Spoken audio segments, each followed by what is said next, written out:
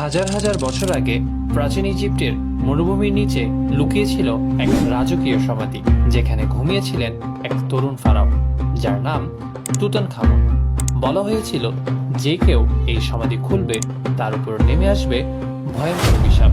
এই গল্প কি সত্যি, নাকি এটি শুধুই ছিল মানুষের তৈরি এক রহস্যময় কাহিনী?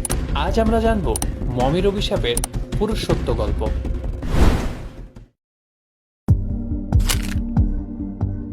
সাল 1922।